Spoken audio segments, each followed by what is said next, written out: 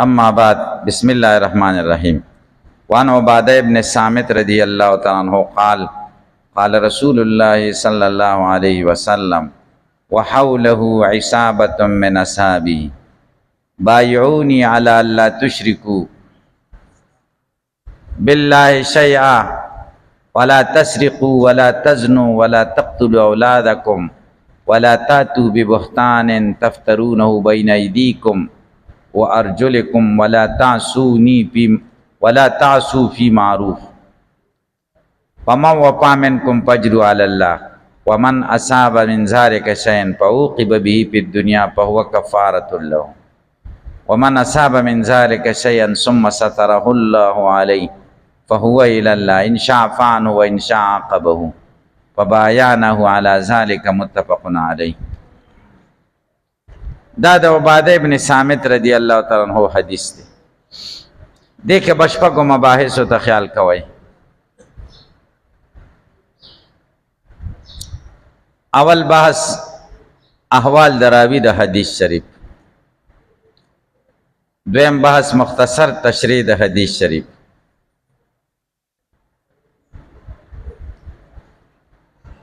द्वयम बहस मा हुवल मक़सूद मिनल हदीस।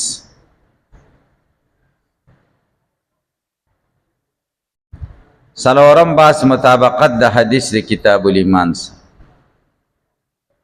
पिंजम बहस हल द मुफ़रदात व एतराज़ात व जवाबात।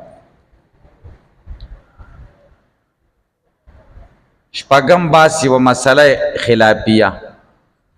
शवाफ़े व द अहनाफ प मेंस की जो हुदूद ज़वाजिर दी व सवातिर दी दा इख्तिलाफी मसला द दार ताख़िर के वे दे हदीस के वरते इशारा शोई।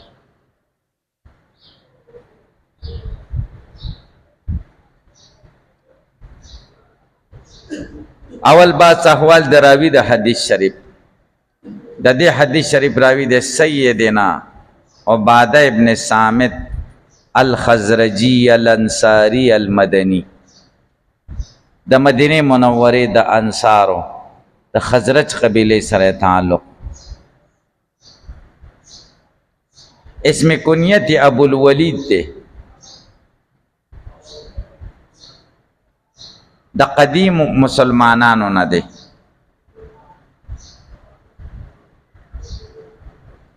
द अहदुन नुक़बा लैलतुल अक़बा न दे।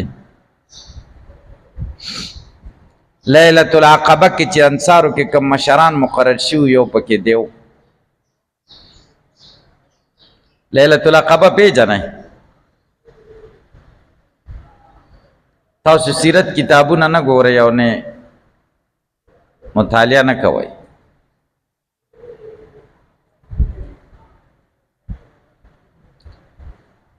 द्रे लैलतुल अक़बा शिवी द हज पौरजो के द हज पजायुन तब नबी अलैहिस्सलाम तलो और हल तब खल्को त दावत वर्को दर हिजरत नमख बार न हज लखलक राजी दुई लबे दावत वर्को अलका पे पोशई अक़बे सरा मिना के ज़ैद अक़बा आए के बना स्वागज़े बे उठो खुद खलक बरात नबी अलैहिस्सलाम से पे मुलाकात न करो द शपी काफिरान बनो ज़िक्र द लैलतुल अक़बा वही दादरी शिवी द नबूवत पे यो लसम काल शपको कसानो अंसार ईमान रावड़ो जमरतुल अक़बे सरा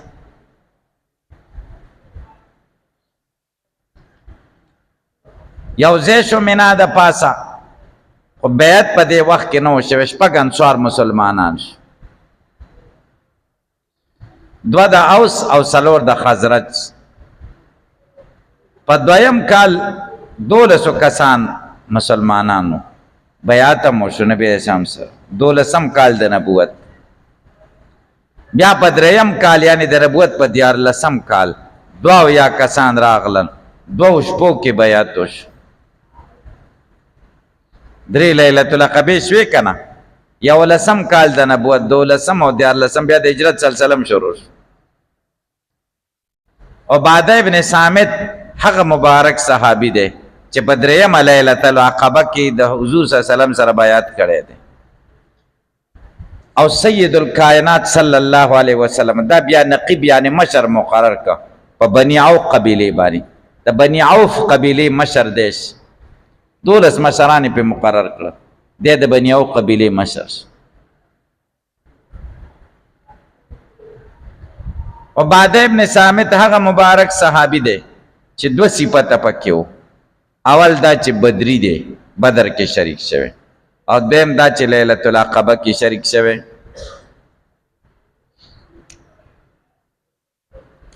په دې درېمه لیلۃ العقبه کې چې 2 یا کسان ایمان راوړو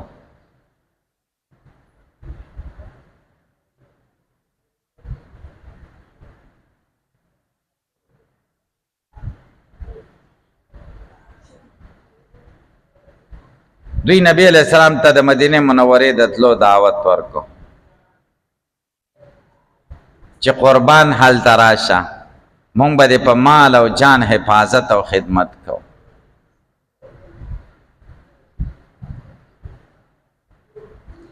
رسول الله صلی الله علیه وسلم ورته سبا شپې لازم بیا به مشورو سبا ور سره ترمو حضرت عباس رضی الله تعالی دی وخت لا مسلمان شوه نو عباس رضی الله عنه ورته وای چې دې بوزي الته ورته څوک zarar و نه رسي دلته خو زمونږ د خاندان د وجه نه دته څوک څه نشي ویلې اگر چې موږ د سره موافق نه یو په دین کې خو زمونږ د یاري نه دته څوک څه نشي ویلې اسې نه چې تاسو سره لاړ شي ولته ورته څوک zarar و رسي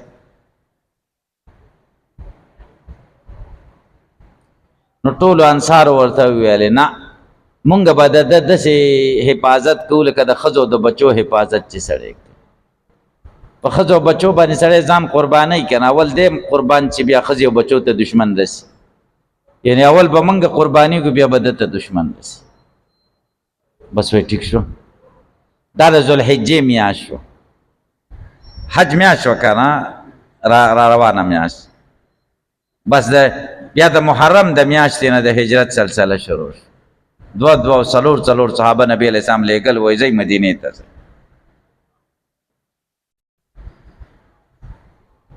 ټولو نه اخره بیا نبی کریم صلی الله علیه وسلم لا هلته ورته ماحول برابر تاسو پې پوه شئ که نه نو بیا هلته اسلامي ریاست قایم شي مسلمانانو یو واکمني په یوه ځمکه یو جغرافیه باندې قایم شي تاسو په خبره پوه شئ که پې پوه نه شئ نو عباده ابن صامت رضی الله تعالی عنہ مبارک صحابی دی چې بدر کې هم شرکت کړی دی او لیلۃ العقبه کې هم شرکت کړی دی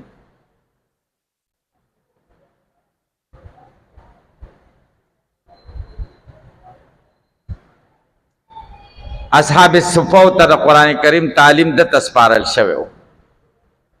دی د اصحاب الصفو معلم او استاذ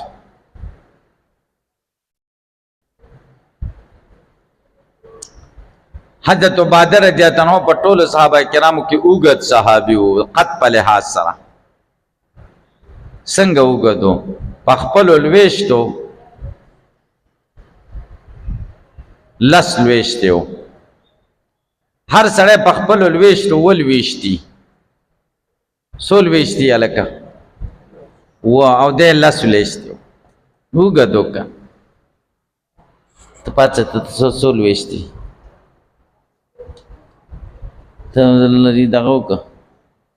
دقه ځای نه 1 2 3 4 5 6 ولویشت هر سړی ولویشتي او عباده ابن صامت په خپلو لویشتو لس لویشتي 3 لویشتې زیات تو 3 لویشتې ته حساب وکړه 3 څومره راځي برنه که برنه یعنی دومره اوچت دومره هغه وخت خو د خلکو قدونه غټ و اوس خو که نه په ټولو صحابو کې اوږد صحابي عباده ابن صامت او په ټولو صحابو کې د قد په لحاظ لنډ صحابي عبدالله ابن مسعود رضی الله عنه صحیح ده که او ډېر نری و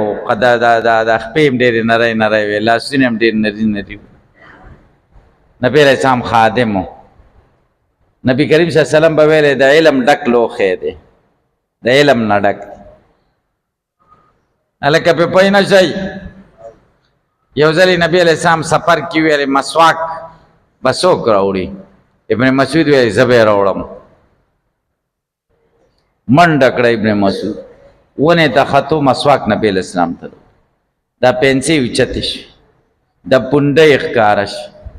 صحابه یو ته وویلې انظروا الی دقت ساقی وګورئ پونډۍ څه نری نری دي هسې استهزاء یې ویلي رسول الله صلی الله علیه وسلم ورته وفرمیل لا تنظروا الی دقت ساقی نرو نرو پونډو له مه ګورئ په خدای مې د قسمې چې د میزان په تله باندې دا د احد د غر نه ډېرې درنې دي تاسې پې پوهېږئ تاسې په خبره پوهېږئ که پې پوهېږئ علم پکې دی دا غیر مقلدین ډېره بېادبي بعضې پکې کوي بېادبي نه ده پکار د هر چا خوښه ده چې هر نظر خپلی او هر مکتبه فکر سره تعلق ساتي زمونږ پکې څه کار دی زمونږ پکې څه کار شته مونږ بس په خپل ترتیب روان یو تاسې او مونږ په خپل ترتیب روان یو که نه اهل سنت والجماعت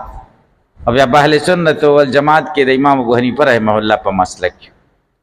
او د احنافو تشریح خو د احنافو د کتابونو تشریح خو ډېرو ملایانو کړې ده مونږ د هغې تشریح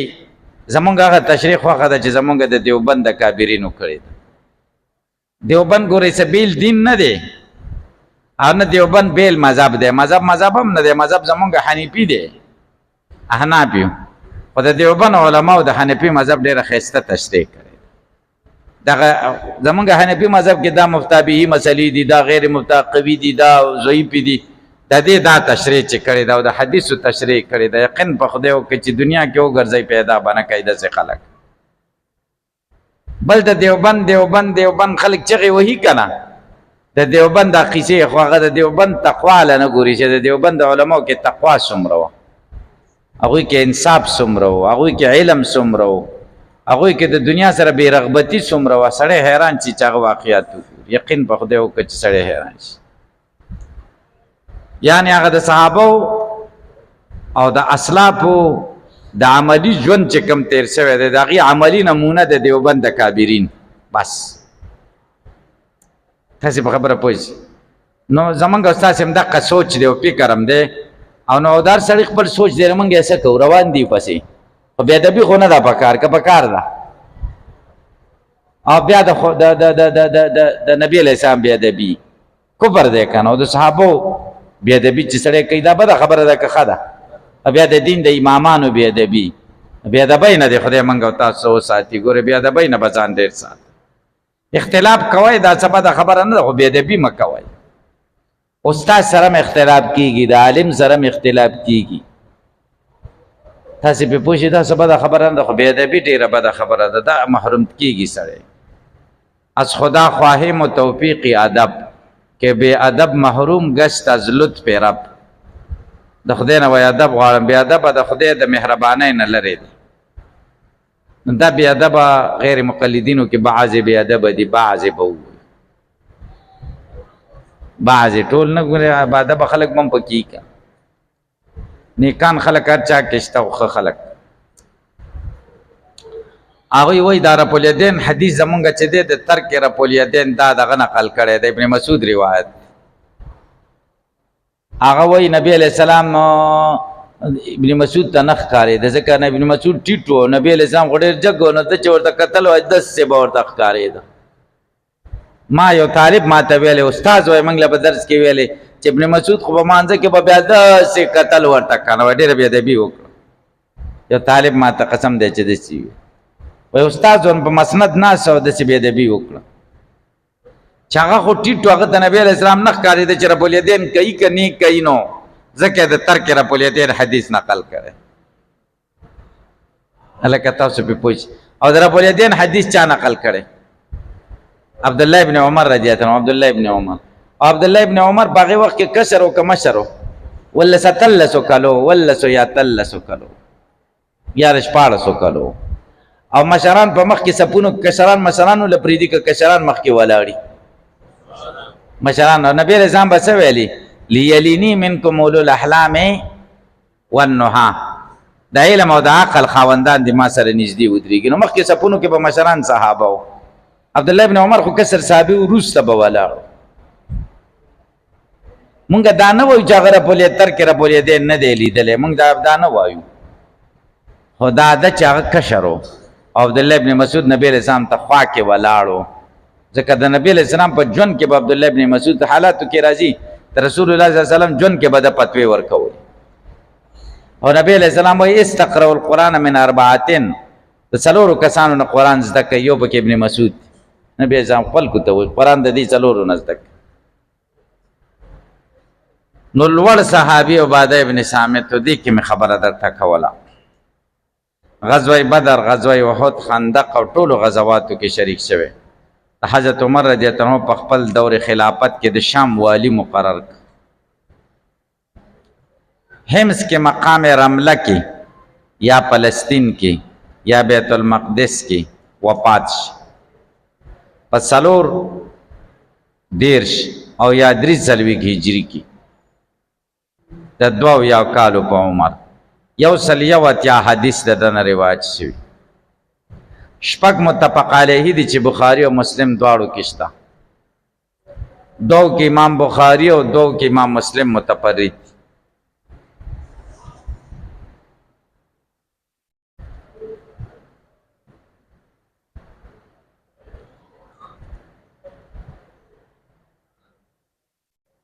مختصر تشریح د حدیث شریف ته وګورئ. وان عباده ابن صامت رضی اللہ تعالی عنہ، د حضرت عباده ابن صامت رضی اللہ تعالی عنہ نے روایت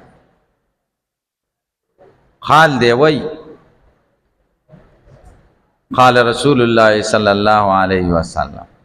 رسول اللہ صلی اللہ علیہ وسلم فرمایلی دی وحوله عصابة من اصحابی، او چاپیر ددن یو جماعت د مرګرو دد، چاپیر د مرګرو جماعت. نبی علیہ السلام فرمل بایعونی، ما سره بیعت تو کوي، الا پدې خبره الله تشرکو بالله شیئا، چې تاسو به شرک نه کوئ د الله سره هیڅوک، ولا تسرقوا، تاسو به غلاګانې نه کوئ، ولا تزنوا، تاسو به زنا نه کوئ، ولا تقتلوا اولادکم، بچی به نه وجنئ، ولا تاتوا ببهتان، بهتان ته به راتګ نه کوئ. بهتان پیژنئ چا کې یو کار نه یو ته وایي دا کار دی پکې، تبترونه بین ایدیکم وارجلکم، چې دا بهتان تاسې جوړوئ بین ایدیکم وارجلکم، خپل ځانونو سره جوړ کړئ په بل مسلمان ور وتپئ. ولا تعصوا فی معروف، تاسو نافرمانی مه کوئ په نیک کار کې، زما نافرمانی په نیک کار کې مه کوئ. فمن وفی منکم، چا چې په دې خبرو پورهوالی وکړو په اجره علی الله، د دا اجر په چا دی. ومن اصاب من ذلک، څوک چې دې سیزینو کې کوم شي ته ورسېد، یعنې دا ګناه ته وشوه، فعوقب به فی الدنیا، دته دنیا کې سزا ورکړی شي. لکه غلا یې وکړه لاس ته غوڅ شو، زنا یې وکړه دورې ورکړی شي، نو دا سزا دنیا کې ورکړی شي. نو په هو کفارة له، دا د ده دپاره څه ده؟ کفاره ده. اوس پې پوه شئ دغه ځای کې اختلافي مسله ده. خان دا د دپاره کفاره شوه که نه توبه به وباسي. احناف وایي توبه به وباسي او شوافي وایي نه توبې ته حاجت نشته، چې غل نه لاس غوڅ شي نو به د غلا ورته معاف. هلکه دې مسلې ته راځم، خواستې تاسو پوهیږم چې تاسو سر خلاص. ومن اصاب من ذلک، څوک چې ورسېده په دې ګناهونو کې څه شي ته، ثم ستره الله علیه، بیا پې خدای پرده راوستله، څوک دې خبر نه شو غلا زنا یې وکړه، فهو الی الله، دا خدای ته فهو المستور، دا کوم چې پټه شوې ده دا هو ضمیر مستور ته راجع دی چې ستاره نه دی، الی الله، دا خدای ته مفوضه ده. ان چا که د خدای خوښ یا پانو خدای به ورته عفو وکړي، و ان چا که د خدای خوښ یا عاقبه عذاب به ورکړي. فبایعنه علی ذلک، مونږ د نبی علیہ السلام سره په دې خبرو بیعت وکړو، متفقون علیه. هلکه پې پوه شئ. دریم بحث، مقصد د حدیث شریف. د حدیث شریف نه مقصد بیان د خصائل ایمانیه و دی، او ترغیب د خصائل د ایمان ته،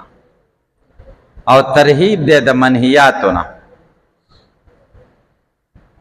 عورت دی بلیغ دی په مرجع مرجع وای نیک اعمال هیڅ پیدا نه کوي او بد اعمال هیڅ ضرر نه کوي وګوره بد اعمال دی نبی علیہ السلام ورته وای دا به نه کوي څلورم باس مطابقت د حدیث د کتاب الایمان سره حدیث کې بیعت په توحید سره او توحید بعینه ایمان دی نو د حدیث مناسبت د کتاب الایمان سره واضح دی پنځم باز حل د مفردات وحوله عصابتن موصوف دی من اصحابی جار مجرور صفت دی موصوف او صفت مبتدا مؤخره او حوله خبر مقدم دی الکه په پوښی تقدیر د عبارت بداسي شي وعصابتن کائنون من اصحابی جالسون حوله یو ډلا چې ود د صحابهونه ناسو د دنه چاپیرا الکه په پوښی بیا حوله خبر مقدم عصابت من اسم دا جمله اسمیه دا حال دی د رسول الله صلی الله علیه وسلم نبی علیہ السلام دا خبره په داسې وخت وکړه چې صحابه یو جماعت د دنه چار چاپیرا ناس الکه په سر خلاص او بعد ابن سامد دا خبره وری کوي چې وحوله عصابت من اصحابی دی خبره د څه ضرورت کمال استهزار ته اشاره کوي څه ته اشاره کوي چا منظر ما ته اوسم یاد دی نبی اسلام دا خبره کول پلان کی صحابه ته چار چاپی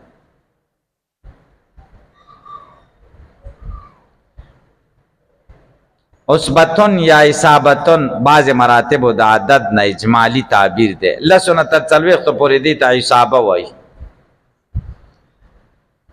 یا ورته عصبه وای عصبه نبی علیہ السلام فرمایل بایعونی ما سره بیعت وکړي بایعونی دا د قاله د پاره مقوله ده د بیعت 5 قسمونه دي بیعت په څو قسمه ده 5 قسمه اول بیعت علی الاسلام سره کافر او راشد د اسلام بیعت کی چې مسلمان شي دویم بیعت علی الجهاد د جهاد د امیر سره بیعت کی چې تا سره بز ولاړم دیم بیعت علی الهجرت امیر سره دغه کی چې زب هجرت کوم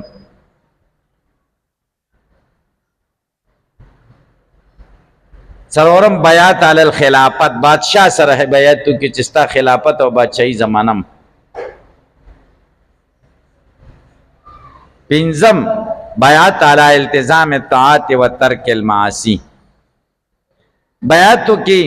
په التزام د طاعت چې زب عبادت کوم او د ګناهونو نه توبه ده دا د تصوف بیعت د دې د پاره دی لکه د تصوف بیعت خلق دې د پاره کوي پیر صاحب سره خلق بیعت کوي مقصد یې پکې صحیح چې هغه سره لاس ملاو کې چې تا د دې مطلب څه دی تا سره مې وعده ده چې زب گناهونه نه کوم او نیک نیک کارونه وکوم او ته چې راته کوم تعلیمات خی پاغي به عمل کوم دې دا مقصد چې لکه په پوي چي دا فرض نه دی نه ضروری دی دا د اصلاح یو طریقه در په خوانه را روانه ده او دې کې فائدہ ده ډېر د خلک سوي چې بیاتونه نه دي کړی او هغه بزرګۍ ته رسیدي اشرف علي تنوي رحم الله دوه خلفاء دي سید سليمان ندوی نوم تاسو اورېدلې دي او سید عبدالباری ندوی دوی راغله چې مونږه بیعت کوو هغوی ته چې حضرت اشرف علي تنوي رحمه الله ورته متوجه شه هغوی ته خلافت ورکړه چې تاسو زما د طرفه خلفا شوئ بیعت یې نه دی کړی خلافت یې ورکړ هلکه ځکه هغوی کمال وکړه نو چې کوم کمال مطلوب دی هغه پکې موجود هغه پکې ولیده هلکه پې پوه شئ یو بل عالم تیر شوی دی ما ته وګورئ حضرت مولانا ابراهیم بلیاوی رحمه الله تاسو نوم اورېدلی سلم باندې حاشیه تاسو چا کتلې ده سلم باندې د بلیاوی حاشیه ده د علامه ابراهیم بلیاوی هغه د اشرف علي تانوي صاحب مرید و ذکر اذکار اشرف علي تانوي صاحب چې کله وفات شو د حضرت تانوي خلیفہ و شاه وصی الله مراد آبادی رحمه الله هغه د شاګرد و د سره کتابونه ویلي نو د خپل شاګرد تر چې د اشرف علي تانوي صاحب په خلفاو کې هغه ته خط ولیکو او په خط کې ورته دا ولیکل چې بس داسې چل دی چې زمونږ پیر صاحب حضرت تانوي رحمه الله مرشد خو وفات او ژوند کې د یو مرشد سره تعلق ضروری دی چې هغه په عباداتو کې او په د دین په کارونو کې ستا رهنمایي کوي. د دې مطلب تصوف مطلب دا دی. ګورې خلک وایي دا تصوف څه مقصد دی؟ مقصد یې دقه دی چې یو رهنمایي چې ستا رهنمایي کوي که نه هلکه پې پوه نه شو. نو اوس زمونږ رهنما خو لاړه وفات شه. ما ډېر سوچ وکړو د خپل شاګرد ته وایي چې زه څوک رهنما مقرر کما او بیعت د چا سره وکما نو زه خط کې ورته لیکي چې ما ته تا نه ښه سړی بل ښکاره نه شو نو زه دا خط در لیږم د خط په ذریعه ما ته د بیعت الفاظ راولېږه زه تا سره بیعت کوم. هلکه دا وړه خبره ده که غټه ده؟ تاسو په خدای یقین وکړئ. نو هغه ورته جواب کې څه ولیکل چې بس تا خو ډېر ښه سوچ کړی دی او ته خو زما استاذ یې او بس صحیح ده بس تا ته زه په دې خط په ذریعه باندې بیعت هم در لیږم د بیعت الفاظ او تا ته زما د طرف نه خلافت هم دی. هلکه پې پوه شي ځکه چې هغه د تصوف کوم مقصد و که نه هغه پوره دی که نه. د تصوف مقصد تصفیه د باطن د اخلاق رذیله و نه او پیدا کېدل د اخلاق حمیده و. اخلاق حمیده تا کې شته او اخلاق رذیله نشته. که اخلاق رذیله وی خو رجوع دې نه کوله که نه. دا رجوع د دې دلیل دی چې اخلاق رذیله نشته. هلکه مولیانو کې څه زیات دي؟ تکبر. مولیانو طالبانو ټولو کې تکبر او حسد دا دوه څیزونه پکې دي. تکبر پیژنئ ځان لوی ګڼل چې دې ټولو نه زه اوچت یم دا په مولیانو کې دي. او بل پکې حسد دی. حسد پیژنئ حسد څه ته وایي؟ تمنی د زوال د نعمت د غیر نه. هلکه دې ته حسد وایي. بل ته خدای یو نعمت ورکړی دی مولا یې نه مني. تاسو یقین وکړئ مولا یې نه مني. مړه وایي دا په څه کې دی؟ داسې ده که نه ده؟ دا په مولیانو کې دا شی ډېر دی. تمنی د زوال د نعمت د غیر چې د سره د دا نعمت نه وي. یو دای چې تمنی د حصول د نعمت د مثل د غیر دا جایز دی. دا وکړي چې د ته خدای دا نعمت ورکړی دی داسې ما ته هم راکړي او د سره دې همي دې ته غیبته وایي دا جایز ده. اوس خلکو کې چې کوم دی حسد دی غیبته پکې دی. حسد په معاشره کې پښتنو معاشره کې په عوامو کې هم ډېر دی. عوامو کې هم ډېر دی. تاسو په خدای یقین وکړئ عوامو کې هم ډېر دی پښتنو کې چې څوک وخیجو دا خو زما تربور دی دا څنګه په ما اوچت چې پښتنو ټوله معاشره کې دا شته که نشته دی به څنګه ما نه زیاتېږي او دا چل به او دا به او بیا په مولیانو کې خو چې کوم دی نو سم ډېر دی سم. تاسې په خبره پوه شئ که پې پوه نه شي. او د دې حسد علاج څه دی؟ علاج حضرت تانوي رحمه الله علاج ذکر کړی. و چا زړه کې دی چې حسد راشي د هغه صفت بار بار مجلسونو کې کوه. زړه کې دې راشي چې پلانکي سړي ته دومره دغه عزت ولې میلاو شو او زړه کې دې ورته کینه راشي. وایي د دې علاج څه دی؟ د هغه صفت په مجلس کې کو پلانکی ډېر غټ شخصیت دی او پلانکی ډېر غټ او چې کله دعاګانې کوي هغه له دعاګانې کوي خدای دله نوره ترقي ورکړي بس شیطان درنه بیا ځي. شیطان دې پرېږدي بس حسد درنه لري دا شی درنه ووت. هلکه دا یې طریقه ده. تاسو په خبره پوه شئ. دلته یو مولوي صاحب دی ما سره ډېر بلد دی ډېر تګ راتګ یې را سره دی. زمونږ دلته یو بل کس دی ما سره سبق ویلی دی نو هغه ته هغه ویلي زه پلان کې مولوي صاحب له ورغلمه وایي رانه تپوس یې وکړه ملاقات ته چې کور دې چېرته دی؟ هغه مولوي صاحب پیرم دی پټکۍ دومره غټ تړلی دی لکه پنځکټۍ بوساړه. تاسو یقین په خدای وکړئ لکه پنځکټۍ بوساړه هم لیدلې ده. وګونه هم پکې پټ کړي. وګونه چې چا په پټکي کې پټ کړي و تاسو پوه شئ چې دا ګڼکپ دی. هلکه د ګڼکپ پیر علامه وپېژنئ چې غوږونه به په پټکي کې پټوي. هلکه ګڼکپ پیر نښه مې درته وښوده تاسې پې پوه شئ. او په پشکال کې چې چوغا اچولي دا به غټ ګڼکپي. پشکال کې خدای دې غر که چوغې باندې پیري ده که پیري دننه د قلب یو کیفیت دی دا خو دننه دی که نه. دس بکار او دل بیار خلکو سره لوبې کوه خوراکونه کوه د خلکو سره خنداګانې کوه او د زړه تعلق د خدای سره که پیري خو دې ته وایي. پیري دا ده چې ته چوغه په شکال کې واچوه او پنځکټۍ بوساړه په سر کې د دې ته پیري وایي. یقین په خدای وکړه چې داسې اسی تاسو پوهیږم په دې خبره باندې زما ورسره حسد چا سره نشته الحمدلله یقین په خدای وکړه راشي کله کله راشي خو زه د پکوم راضي د سینه د چې زړه نه کنه مولیا جی راغی کې بحث دي ما تم راضي ما خو د طریقو خو د کنځي د پکوم په دې طریقې دعاګانې مرده کوم به خلکو مخ کې صفاتم کوم چې چاله مې راشي نه هغه زمونږه مرګري ته ورته ملاقات را چې کم دی نه رالي کور دې چیرته دی هغه ورته زما نوم اخیستی چې د دې جومات سره مې کور دی هغه ته چا څوک دی زه خو یې نه پېژنم نو هغه له خو پته وه هغه خو ډېر ښه نیت باندې ورغلی و چې زه به ترې دعا والم دعا به هغه له پته وه چې هغه ما سره تعلقات شته پې مې جني صحیح شوه نو بس هغه وویلې دا خو پیر نه دی دا خو یو مردار شی دی چې دا د حسد د وجې نه وایي چې هغه څوک دی خو زه نه پېژنم تاسې پې پوه شئ او ما سره ښه تګ راتګ شته اوس هم شته نو داسې نه ده پکار دې ته حسد وایي او تصوف دې ته وایي چې دقه څیزونه سړی ځان نه لرې کړي چې دا څیزونه په ځان نه دې لرې نه کړه نه ته پیري خو دې ته نه وایي چې ته مطلب ظاهري شی نه ظاهري پیري خو تصوف خو که نه باب تفاول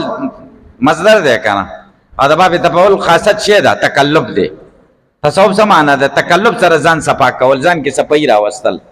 دې ته تصوف وایي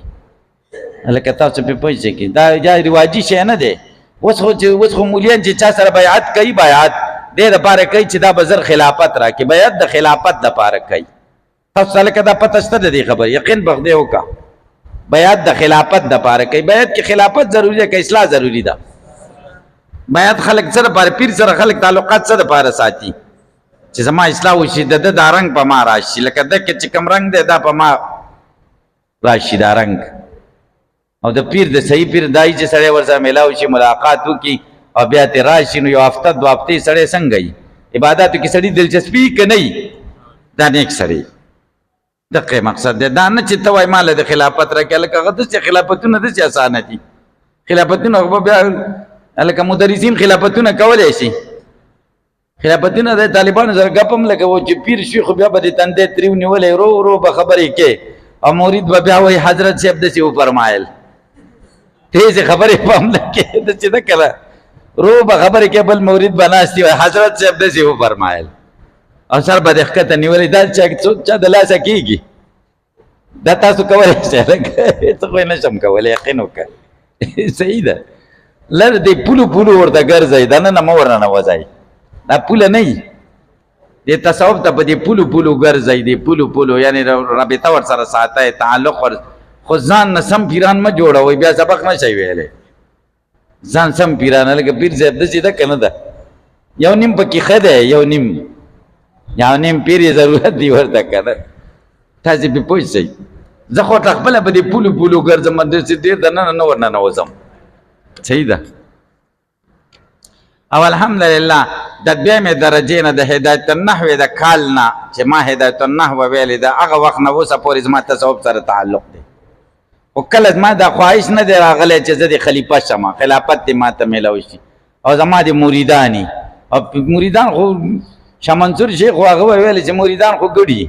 شپږ ګډې به درنه مخکې روان یو شپږ به درنه وروسته رواني او شپږ به درنه دې څنګ ته روان یو شپږ به هېڅ به نه شي کولی یقین وکړه سم تنګی دی دا مدرسه ډېره زدانه باچهي زندګي ده هغه دې دپاره هر فن دپاره خدای سړي پیدا کړي دي پیرۍ دپاره خدای سړي پیدا کړي هغوی سره تعلقات ساتل پکار دي تاسې په خبره پوه شئ یو کال یو طالب راغی ماښام کې وایي ما خوب لیدلی تا سره بیعت کومه ما ورته پاسه کني وهمه دی خدای دې بې خو باسه پاسه دروغجنه خوب مې لیدلی خوب مې لیدلی دروغ وایي صحیح ده نو بایعونی بیعت علی التزام الطاعات و ترک المعاصی دا د تصوف بیعت دی لکه دا د تصوف بیعت دا شاه صاحب څنګه پیر دی دې سره تعلقات ساتئ مفتی مختار الدین شاه صاحب دا څنګه د زمونږ د دیوبند دا د دیوبند چې کوم پیران دي دې کې بدعت نه وي یو نیم پکې بدعت پکې هغه خو تاسو خو طالبان یې مولیان شئ په کوم مولیان تاسو بدعت نه پیژنئ تاسو په بدعتو نه پوهېږئ هغه مه کوئ که نه مه ورځئ یقین په خدای وکړه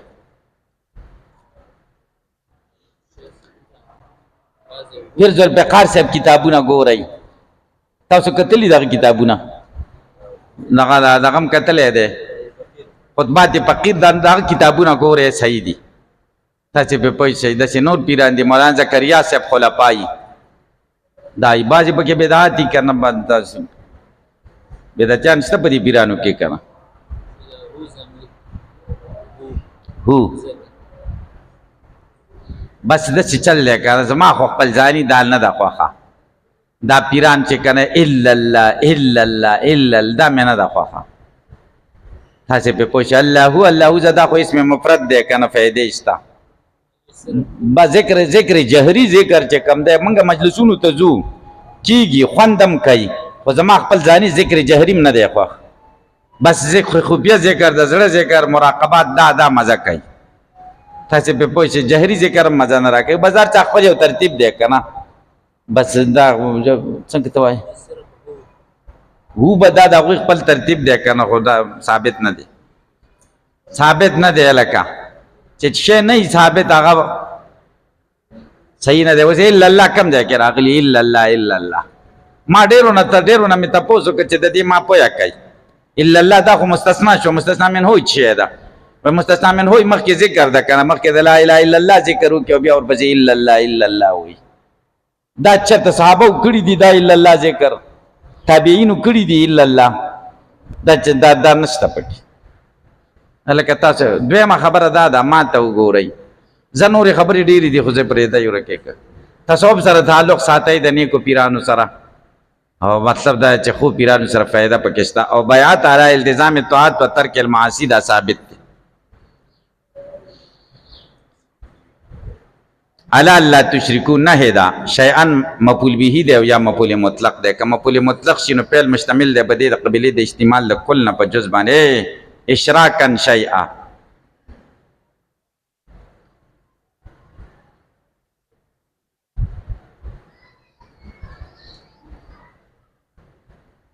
ولا تسرقوا د سرقې نه دی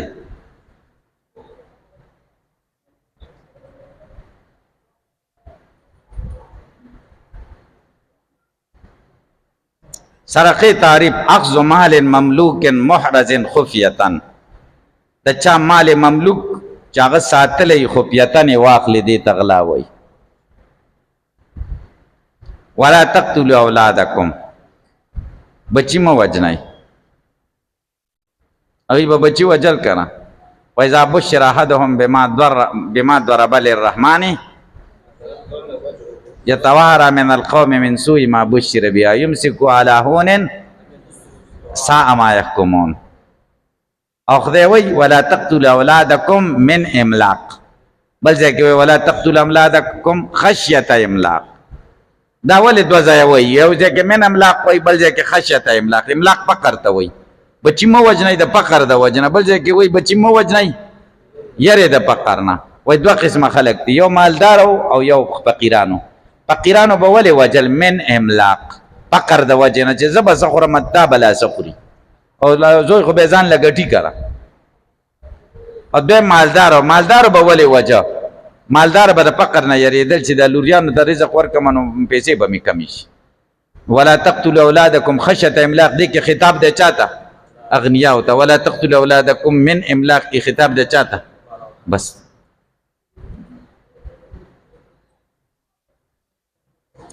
نبی اسلام نه چاته پوسو کو ټول ګناهونو کې غټه ګناه کم ده نبی اسلام الاشراک بالله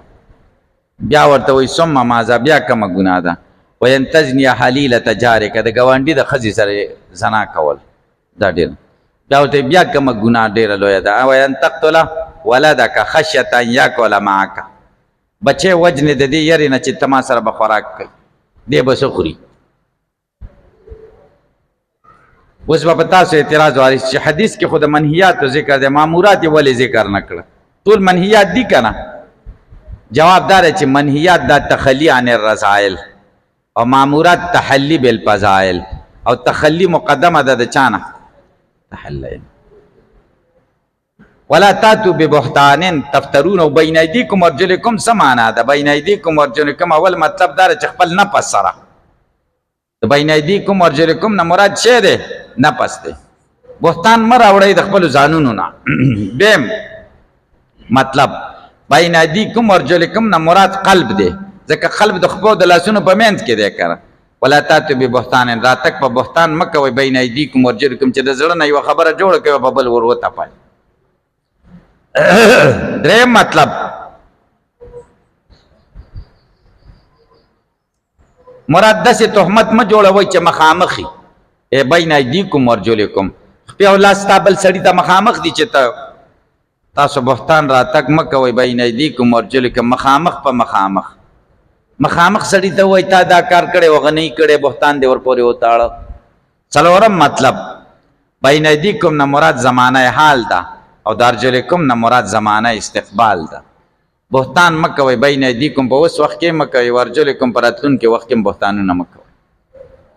ولا تعصوا فی معروف، زما نافرماني مه کوئ په نیک کار کې. معروف څه ته وایي؟ لغت کې معلوم ته وایي، او په اصطلاح د شرع کې ما عرف بالشرع حسنه، هغه څه ته وایي چې په شرع کې د هغې حسن معلومي ښه والی، دې ته معروف وایي. اوس اعتراض دی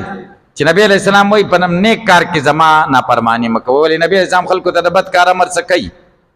ولا تعصوا فی معروف څه مطلب شو؟ جواب دا چې دا فی معروف قید اتفاقی دی، اعتراضي نه دی. دویم جواب ولا تعصونی و خلفایی فی معروف، ماتوب پکې حذف، زما او زما د خلفاو تابعداري نافرمانی تاسو په نیک کار کې مه کوئ. نبی علیہ السلام خو په نیک کار کې خلفا وروسته باچاهان چې راتلل هغوی خو غلط کارونه هم کول کړل. هلکه تاسو په خبره پوه نه شئ.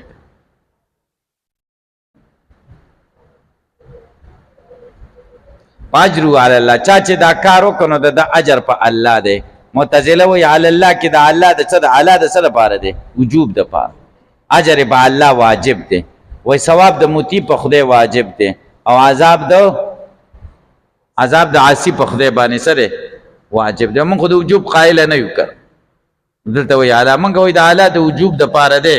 خو د وجوب نه وجوب عقلي نه دی مراد، نه دی وجوب شرعي مراد دی، بلکې وجوب تفضلي مراد. اعلی د لزوم دپاره دی، خو لزوم د التزام په معنا، او التزام نه کم التزام مراد دی؟ تفضلا. من اصاب من ذالک، ذالک کې د ټولو اعمالو ته اشاره ده. فبایعنا وعلى ذالک، موږ ورسره په دې ټولو خبرو بیات وکړو. هلکه تاسو په حدیث پوه شئ. اوس ګورئ دلته یوه خبره راغله، چا چې دا کارونه وکړل او بیا په ده څه وشو؟ دته سزا ورکړی شو دنیا کې، نو بیا څه چل دی؟ فهو کفارة له، دا د ده دپاره کفاره شوه. نو دا حد سړي ته ورغل گیر کو، لاس ته چر قانون غوڅ کا، حکومت ته لاس غوڅ کا، نو د توبې ته حاجت شته که نه؟ مړ شه نو خدای بخي. احناف وایي توبې ته ضرورت شته، ځکه حدود سواتر دي، زواجر نه دي. حدود سواتر دي، کفارات نه دي، ګناه پې نه مات کېږي. د دوه جرمه کړي دي، یو خدا دی چې غلا یې وکړه، د خدای نافرماني وکړه، او دویم یې څه کړي؟ قانون یې مات که، د معاشرې بې ادبي وکړه. دی چې حکومت گیر کو دته سزا ورکوي، دا د دې وجه نه چې د معاشرې بې ادبي کړې، او د خدای بې ادبي چې کړې د هغه به په توبې معاف کېږي. دا احناف وایي. او شوافی څه وایي؟ شوافی وایي حدود سواتر دي، زواجر نه دي، کفارات دي، چې بس حدود یې وخوړل او بس بیا توبې ته حاجت نشته، بس دی معاف شي، ځکه حدیث کې دي چې بوه کفارة له.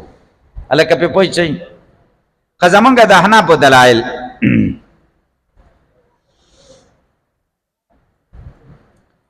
اول خدای قرآن کې وایي، زمونږ اول دلیل انما جزاء الذین یحاربون الله ورسوله ویسعون فی الارض فسادا یقتلوا ویصلبوا وتقطع ایدیهم وارجلهم من خلاف او ینفوا من الارض ذلک والآخرة ولهم فی الآخرة عذاب عظیم. در لپاره په آخرت کې بیا خدای وروسته ورپسې څه وایي؟ الا الذین تابوا، الا الذین تابوا، مگر چې څوک توبه وباسي د آخرت سزا ورته نشته. نو ګوري جزا خو ورته میلاو شوه که نه؟ چې د دې راغوځړولی شي یا د لاس او خپې غوڅې شي، نو که بیا یې توبه وویسته نو بس بیا معاف دی، که توبه یې نه یې ویستې نه دی معاف. نو ګوره توبه ضروري ده که نه؟ دا یو دلیل شه زمونږ. دویم دلیل زمونږ السارق والسارقة فقطعوا أيديهم جزاء بما كسبا نكالا من الله والله عزيز، ورپسې فمن تابا چا چې توبه ویسته من بعد ذالک ها الله به پی رجوع کله کوي الله به کله بخي چې توبه وباسي نو ګوره توبه ضروري شو کنه فقطوا ایدیهما نه وروسته توبه راله کنه دریم دلیل زمونږ یو سړي د نبی اسلام زمانہ کې اغلا کړی و نبی اسلام په حج جاری ک الله سے ته غوښت ک او بیا ته استغفر الله وتوب الی ته خدای نه بخنه غواړو توبه مباسه نو که حدود کفاره ته بیا ورته ولي وای چې توب الی خدای نه توبې وباس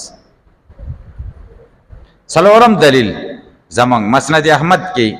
او مستدرک د حاکم کې یو روایت ده د نبی علیہ السلام د تپوسو چې حدود کفارات دي کنه دي نبی علیہ السلام ته الا ادري ما ته پته نشته نو معلومه شو چې حدود کفارات دي شوافیو دلیل دا حدیث ده چې څوک چاته عذاب ورکړي شي په هو کفاره له دا د دلیل شکر الکه په پوښي نو تاسو به موږ به جواب وکړو اول محقق ابن الحمام فتح القدیر کې جواب کړي د عباده ابن صامت روایت په حالت د توبه محمول دی فوقب به د عذاب ورکړل شي ثم تاب بیا توبه وباسي په هو کفاره له ثم تاب په کې ولې پټ چې په ټول حدیث عمل راشي ټول روایت ته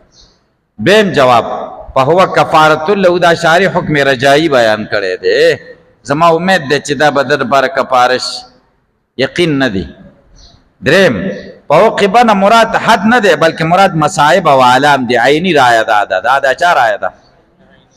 او یې فوقب به دا معنا نه ده چې دت باندې حد جاری شي فوقب به دا معنا ده چې مصیبتونه پې راشي ګناهو کې مصیبتونه پکې راشي په هو کفاره له دا د لپاره کفاره حد نه دی ذکر لیکن شوافی په موږ اعتراض کوي چې کنزل مال پر روایت کې په خيبه په ځای په حد به دی څه ده حد ورکړي چې هغه ته بیا جواب کې جواب شاه صاحب کړی دی چې د په حد به روایت کې استراب دی معتبر صحیح روایت د صحیح نه دی چې متفق علیه دی چې په خيبه به حد به دا سند صحیح نه دی خلاصه د کلام شان ورک شاه کشمیری رحمه الله فرمایي چې علامه کسانی په بدایع و صنایع کې دي چې حدود عند الاحناف زواجر نه بلکې سواتر دي لکه شوافی چې څنګه وای وکیل احناف علامه طحاوی رحمه الله دا روایت نقل کړي ده په شرح معنی الاثار کې خودي اختلاف ته تعارض نه دی کړي رد المختار کتاب الحج باب الجنایات کې د علامه شامی د کلام نه معلومی کې چې حدود سواتر دي لکه شوافی چې څنګه وای در اصل د امام ابو حنیفه نه دی باره کې صراحت سره سند نقل متأخرین او مشایخ دا زور سره بیان کړه بل خصوص علامه عینی او ابن حجر دا فتح الباری او عمدۃ القاری کې ډېر زور سره دا بیان کړي علامه کشمیری وای زما په خیال حدود هم زواجر دي او هم سواتر دي البته عند الاحناف د حدود مشروعیت د زجر د پاره شوه دي او تکبیر سیئات ور سره تبعا راځي او شوافی وای چې حدود مشروعیت د تکبیر سیئات د پاره دي زجر ور سره تبعا راځي د اخري خبره کې د احناف په نظر راجح معلومیږي لکه په پوه شي دا د څه مسله ده چې شوافی